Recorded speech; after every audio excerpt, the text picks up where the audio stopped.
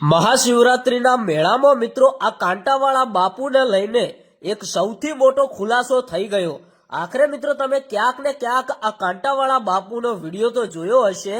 અત્યારે હાલ મિત્રો એક સૌથી મોટા સમાચાર મળી રહ્યા છે।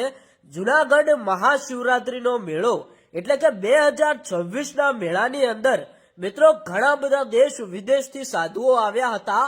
આમાં ક્યાંક ને ક્યાંક મિત્રો આ કાંટાવાળા બાપુને લઈને ઘણા બધા લોકો જાણવા માંગતા હતા કે શું ખરેખર આ બાપુ જોડે એવો તો કેવો ચમત્કાર છે કે આ બાપુ જોડે એવી તો કેવી ભક્તિ છે જેના કારણે આ બાપુ કાંટા ઉપર સૂવે છે છતાંય અમને એક પણ કાંટો નથી વાગતો। ઘણા બધા ભક્તો આ બાપુને પૈસા પણ આપતા હોય છે।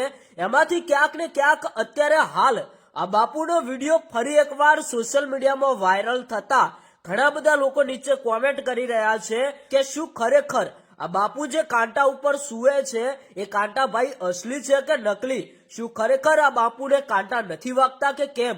તો અત્યારે હાલ એક સૌથી મોટો ખુલાસો થયો અને આખરે સત્ય બહાર આવી ગયું। કારણ કે આ બાપુ 2-3 વર્ષથી સોશિયલ મીડિયાની અંદર ખૂબ જ વાયરલ છે। ઘણા બધા લોકો આ બાપુને કાંટાવાળા બાપુ તરીકે પણ ઓળખતા હોય છે। આમાંથી ક્યાંક ને ક્યાંક મિત્રો મહાશિવરાત્રીના મેળામાં લાખોની સંખ્યામાં શ્રદ્ધાળુઓ આવતા હોય છે। સાથે સાથે ઘણા બધા બાપુઓ પણ આવતા હોય છે જેમાંથી ઘણા બધા મોટા મોટા ચમત્કારી બાપુ પણ હોય છે।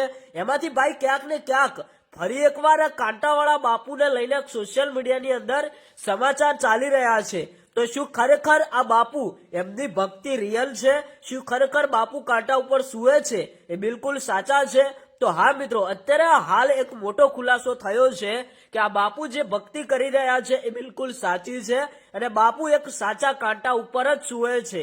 અમુક લોકોના મનમાં એવું હતું કે આ બાપુ અત્યારે હાલ લોકોને ઉલ્લુ બનાવે છે અને કોઈ જ કાંટા ઉપર સૂતા નથી, આ કોઈ ચમત્કાર નથી। પણ ભાઈ તમને દેખાય છે આ બિલકુલ એક ચમત્કાર જ છે।